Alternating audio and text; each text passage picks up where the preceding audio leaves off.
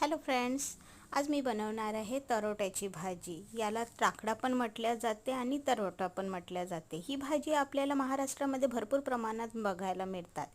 ही भाजी पौष्टिक आणि औषधी गुणधर्मांनी भरपूर असते। तरोट्याची भाजी निवडताना कोवळी पाने आणि देठ निवडा।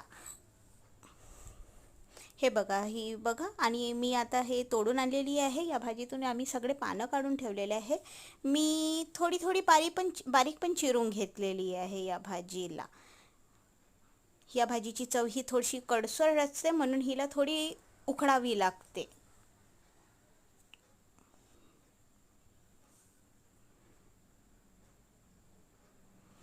ही चांगलीच औषधी गुणधर्मांनी युक्त असते।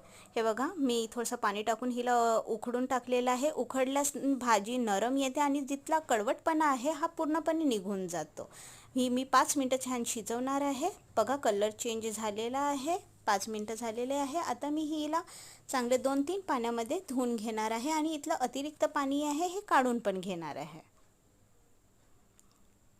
छान दाबून दाबून मी असं अतिरिक्त पाणी हे काढून घेतलेलं आहे। मी या भाजीमध्ये 2-3 मध्यम आकाराचे कांदे, लाल मिरची, तुम्ही हिरवी पण मिरची टाकू शकता, 1 टमाटर आणि 4-5 लसणाच्या पाकळ्या टाकणार आहे। मी हे सगळे बारीक करून घेतलेले आहे। आता मी भाजीनुसार तेल घेणार। भाजीनुसार तेल घेतलेलं आहे। त्याच्यात कांदे आणि लसूण टाकून छान फ्राय करून घेते। कांदे लाल झालेले आहे। आता मी लाल मिरची टाकते। मिरची शिजल्यावर टमाटर टाकल्यावर आपण चवीनुसार मीठ टाकून घेऊ।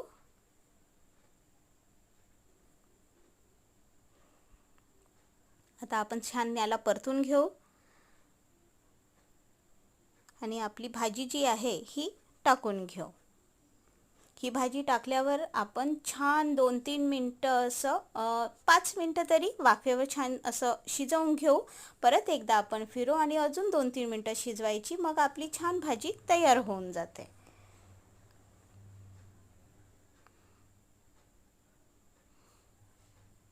हे बघा, छान भाजी 8 मिनटं झालेले आहे आणि माझी ही भाजी तयार झालेली आहे। तुम्ही पण ही अगदी साध्या पद्धतीची भाजी नक्की ट्राय करून बघा। ही भाजी पावसाळ्यात एकदा तरी खायची असते। आवडल्यास नक्की